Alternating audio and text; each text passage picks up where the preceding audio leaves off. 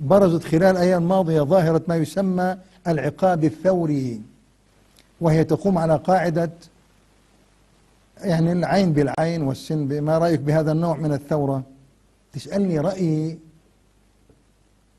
من فضل الله علي بطبيعتي، يعني أحب أن تكون الثورات سلمية طبيعة، وبالنسبة لي مسألة مبدأ ولا أتحول، يعني ما تناقشنيش بهذا عقلي حجر.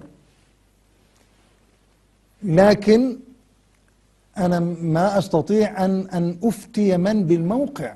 يعني واحد رأى بنته تغتصب، وللعلم 54 حالة اغتصاب موثقة من قبل الضباط والعساكر وكل براءة.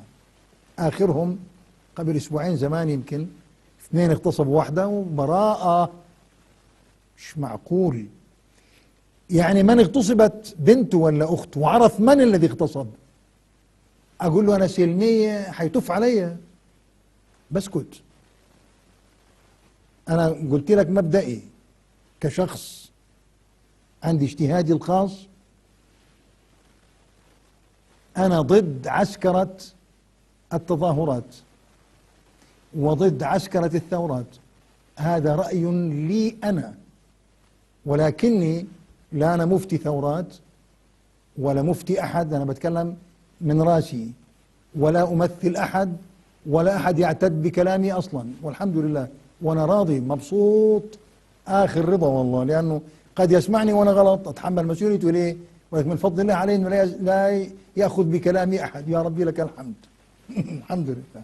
وأنا والله مبسوط خالص إنه لا يأخذ بكلامي أحد ولا يلزم كلامي أحد، ولا عندي تنظيم ولا أنا بتاع تنظيمات ولا أصلح لشيء، والحمد لله. وأفتخر بهذا والله. من فضل الله مسلم عام، فكلامي له تنظيمي وله تنظيري وله غيره. هذا رأيي، سألتني عن رأيي. لكن من بالموقع، يعني اليوم في الأخبار هددوا من يحتجزون بنات، إن ما أطلقتوا البنات بنصعد. طلعوهم. ما شو أسوي لك أنا؟ ما تعاتبنيش أنا قلت لك اللي عندي. لكن أيضا عينك في الواقع، بص على الواقع وشوف. أهو ده اللي حصل.